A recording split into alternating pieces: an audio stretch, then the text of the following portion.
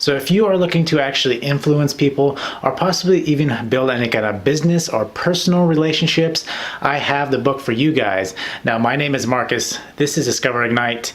And today I'm actually doing a book review on a book called The Laws of Human Nature by Robert Greene. So sit tight, hold on, and let's get this book review started.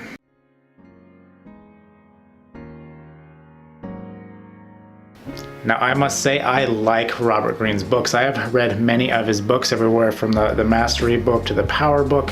He has so many different books, but he puts so much research to back these books. And they are not short books, just to be forewarned. These books are not short, but they do have so much value in it. A lot of people actually study his books, and for good reason, because there is, not only this vast knowledge in there, but he gives great value and examples through historical figures that have, essentially been portraying these theories and concepts that he is talking about. And so this book is no different. Every chapter is about human nature, some part of human nature, and how we interact with relationships and just in our environment and traits of different people, right? And so this book has got some great information in it, just like all the rest of his books. He actually, again, goes into talking about relationships, talks about people characteristics, but I thought was actually really intriguing, right? To know specific things about people, right? To know about the narcissist and to know, what kind of attributes do they have, and to actually see these things, right? Before you actually get into that relationship or form a partnership or something like that, you really want to know specific things, right? Even to influence people. These are the kinds of things that you really want to know, right? And it's not to essentially do any harm to anybody. You're not trying to do harm to somebody, right? And it's obviously, you can if you wanted to, right? If you are looking for specific things, but that ultimately it's your responsibility, right? You don't essentially do it with the intention to harm anybody, but you essentially do it to help people to see, kind of guide people into a different outlook, right? A different perspective, perhaps. Maybe that person might be closed-minded and they don't see it. And for a lot of us, it's hard, right? Because we don't see these things. But someone else, can see what we're going through, right? If they're coming from that third-party perspective, they can see what's going on and they can kind of help guide you without forcibly doing it. Because if you're forced into doing anything, you're obviously, you're not going to commit to anything that they're saying. You're going to blow them off and you're like, no, they're right. And you're going to continue, confronting that person and pushing them away. And no, I'm right here. And the harder you push, the harder I'm going to sit here and stand my ground. And so this book kind of just really goes over that with a bunch of different traits, again, about people. It goes over relationships. It goes over, again, it touches on a lot of different things, right? But it all falls under human nature, which is really nice about the book because, I think you can only take one particular concept and take it so far, right? Before you kind of, your mind starts wandering, you're like, okay, well, I get that. Don't keep, pushing this subject because it's you only need a couple examples, right? And so this book is very well with that. It does very well with that, right? It jumps from different parts of human nature.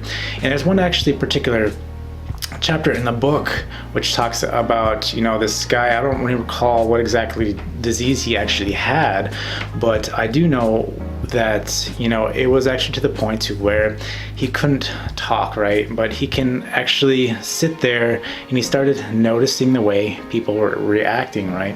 How people gave off these hidden signals before they actually said anything, or they would say something that you could tell made them uneasy, right? So it's essentially, watching body language, right? And understanding that, okay, if this person says yes, but yet, they're twitching or something, or, they kind of slightly turn their head no before they say yes. He essentially goes into this, right? And really dives into this, because I've always been intrigued by this as well. Their body language is such an important language that a lot of people don't understand. And even to myself, I still try to learn body language and, how people are reacting around you. And if you, kind of hone in on that stuff, you can really pick up on it and really see what the true message is behind that person, because their subconscious is constantly, thinking about these different things. And when a thought first pops into their head, their body is more likely to react before they actually, say what perhaps you want to hear, right? And so that particular chapter I found was extraordinary, because I think body language is huge and can be extraordinarily beneficial, especially in any kind of relationship, right? Whether that's personal or business related. I think it's exceptional to know that, right? Because you can tell when somebody may be uncomfortable about talking about something specific, or may not totally agree, but they will tell you to your face, yes, I agree. And then they go home and then they change your mind and call you up and say, no, this is not exactly what I want to do. So again, they touch on that briefly. They touch on a bunch of different things throughout the thing. Like I said, they talk about, the narcissist. They talk about a bunch of different relationships, relationships with your parents, relationships with the kids. I mean, it goes into so much, and there's so much detail. And this book is extremely long. Robert Greene's books are very long, but again, they touch on a lot of different things, and they give you a lot of different perspectives about the same particular thing, which is human nature in this book.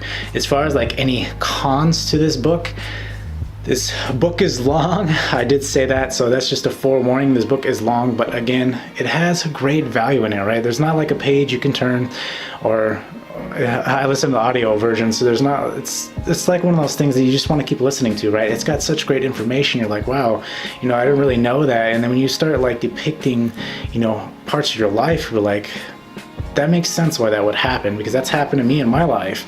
And so you kind of, relay a lot of the information for what you're doing.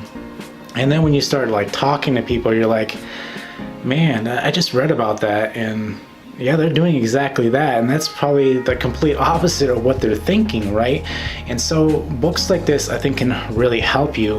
And again, for the cons, I don't really have cons. A lot of the books that I try to read are books that have been recommended through other people that I follow, and majority of them, again, I'm doing it that way. I rarely come across a book that is not good, right? It's when I kind of go experiment on my own and I find out books that are pretty bad. But nonetheless, this book was actually great, right? And I think anybody should read this book, because I think it's extremely important, again, in any relationship that you have, to know how we all work, right? And it'll actually help on the way you work, right? Try to look internally at who you are and how you might be reacting and thinking that it might be somebody else's fault, when in fact that you may relate to some of the traits and attributes that people are talking about in this book, and say, well, that probably is me. Maybe I should actually be more self-aware about that, and then help allow yourself to perhaps fix it, right? And make yourself aware and identify that, and be able to fix it on the spot when you start, noticing that you're doing whatever it is that you're doing. So I think, again, this book is valuable to anybody, and for good reason, again, because, Robert Greene always does great research and comes out with great books. Again, that's so much so that people study these books, and again, for a good reason, because the knowledge that you obtain from these books is one that it's one of those books you can essentially read for the whole year, right? And just reread and reread, and just gain tons of knowledge every time you go back through the book. So if you guys enjoyed this video, smash that like button. Till next time, I will see you guys later.